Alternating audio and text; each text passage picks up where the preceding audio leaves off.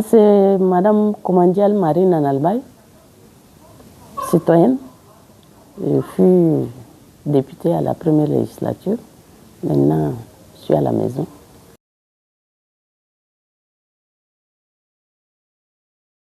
Cette première législature, la sphère politique n'était vraiment pas ouverte aux femmes. Mais Dieu a voulu que le sort me soit donné. J'étais très active dans la société civile et c'est ainsi qu'on m'a coopté, s'il faut le dire, comme membre fondateur d'un parti politique. Et nous avons créé en 1992 un parti politique, l'UDR, l'Union pour la démocratie et la République. Donc, lorsque les élections étaient arrivées, le parti devrait présenter des candidatures. Et ma candidature a été impulsée par le comité de femmes de ce parti et le comité de jeunes de ce parti. Ce sont ces deux comités qui ont propulsé ma candidature, qui ont proposé ma candidature, chose qui était une surprise pour moi-même, mais j'avais accepté l'offre et je me suis lancée dans la danse. Et il faut reconnaître que ça n'a pas été facile.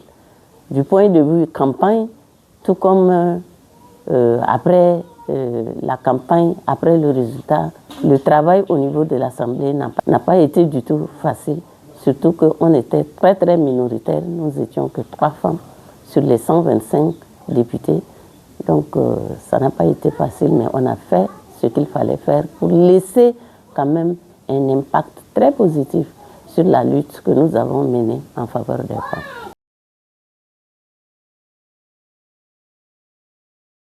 Je trouve que c'est assez positif, même si c'est timide, même si ça a été timidement commencé et qu'aujourd'hui, semble-t-il, il y a une soixantaine de femmes qui représentent 34% à l'Assemblée. Et là, je me réjouis. Parce qu'à notre temps, nous n'étions que 3, comme je l'ai dit, sur 125. Et toutes les 3 étions de l'opposition. Il n'y avait aucune femme de la majorité présidentielle qui était là. Donc notre lutte était de faire en sorte que nous interpellions le pouvoir. À chaque prise de parole, nous interpellions le pouvoir pour que les femmes soient représentées. Et ceci, notre voix a été entendue par des résolutions, par des interpellations, que ce soit orales ou écrites, ou par des prises de parole au niveau des plénières de l'Assemblée. Et à la 2e législature, nous avons eu 9 femmes. 3e, c'est 28.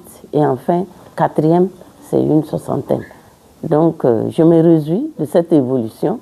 Quand bien même, à la 4e législature, il y a le système de quotas qui a été observé, qui a été adopté et mis en pratique pour que les femmes soient plus nombreuses. Mais nous, en notre temps, nous avons lutté de nous-mêmes pour être là. Et malgré ça, nous avons aussi plaidé et lutté pour que d'autres femmes puissent avoir accès à cette tribune de prise de parole, de représentation.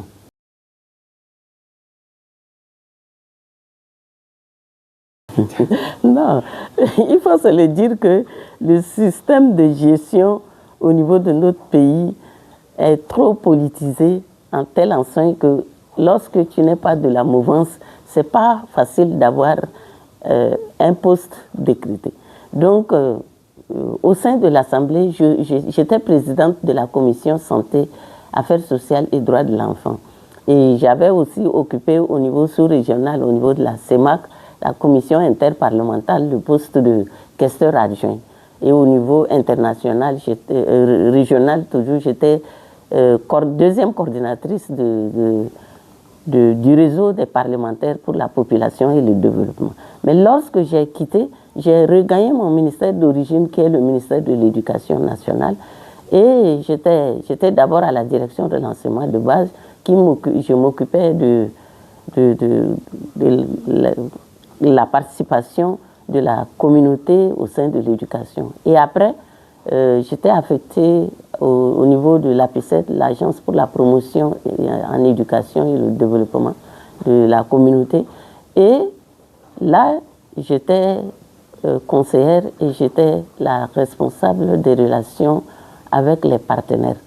Donc c'est le poste que j'ai occupé jusqu'à ma retraite. Donc là aussi, j'ai eu à travailler avec la communauté parentale et les enseignants communautaires.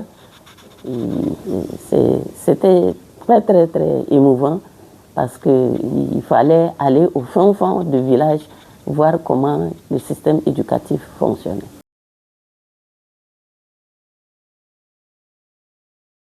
Le message à laisser, c'est un cri d'une mère à ses enfants, surtout ses filles. Et je dis que le temps d'attendre et qu'on fasse pour moi est déjà révolu. Et c'est une bonne chose qu'il y ait beaucoup plus de prise de conscience, qu'il y ait beaucoup plus de jeunes filles et jeunes femmes. Avant, on déplorait le niveau intellectuel des filles pour les responsabilités. Mais maintenant que nous avons assez, il faut que les filles et les jeunes femmes osent.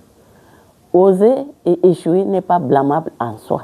Donc il faut oser, il faut s'impliquer, se faire impliquer. Il ne faut pas attendre qu'on aille te chercher là où tu es. Parce que quand on va te chercher, tu deviens la chose de la personne qui est allée te chercher et tu n'as pas la parole.